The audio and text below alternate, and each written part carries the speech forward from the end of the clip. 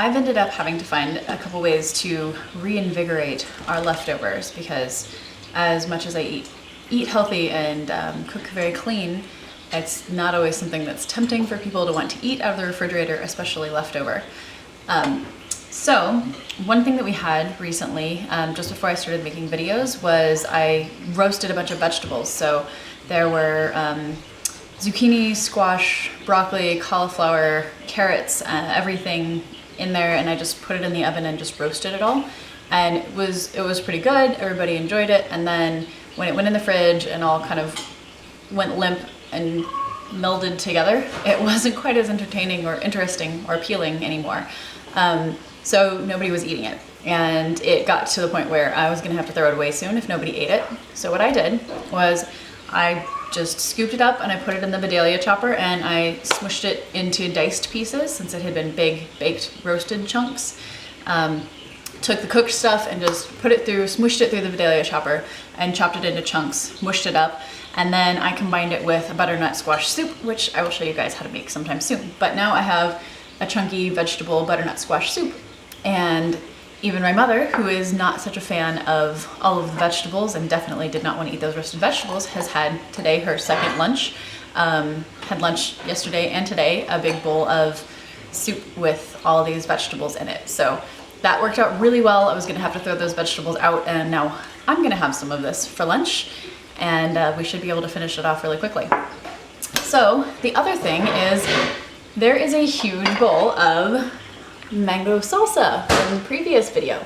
I made a lot of it. We love leftovers, etc., but it got stuck in the overflow fridge, and the four of us that eat this salsa, the other two boys who had their own individual salsas pretty much went through those by now, and the rest of us have more of a variety in our diet, and we tend to not necessarily go back to just the clean vegetables as bulk for our diet. So I have to find some purpose for this, and so I decided to make a guacamole for our birthday party today for my niece Lily, who's turning 5. So what I've done is just put avocados, obviously, into a bowl, and I'll show you my favorite way to do avocados for guacamole. So you want your avocados to be firm but soft, and you don't want to feel like hollow pockets in them. This was very perfect, a very good avocado. And then the way that I do it for guacamole is I roll it. So I just put it down and start rolling it, and I want to get it to mash up inside of the skin.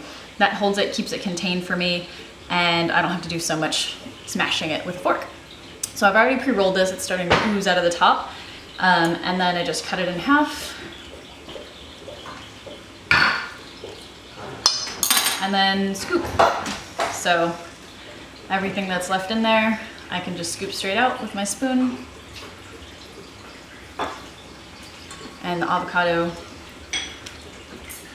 is mostly pretty much already mashed. I'm gonna pull the pit out.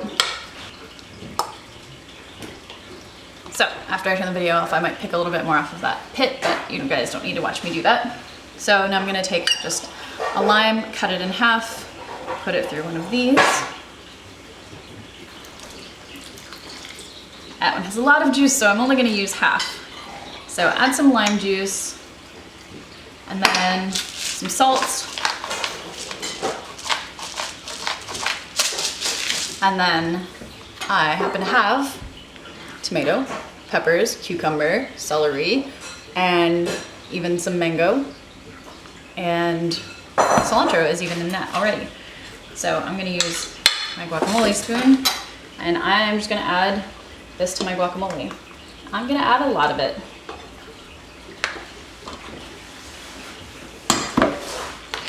Mix all of that up together. I'm gonna have a bright, colorful, beautiful guacamole. And I'll do some tasting, and I will add more lemon or lime juice or more salt, etc. I'll mash up the chunks and serve with corn chips. There you go. There's a whole lot of expensive vegetables compared to the price of vegetables. Peppers can be pretty expensive, mangoes as well. So semi-expensive fruits and vegetables that would go to waste if I didn't find a way to make them interesting and appealing again. And everybody's gonna love my guacamole.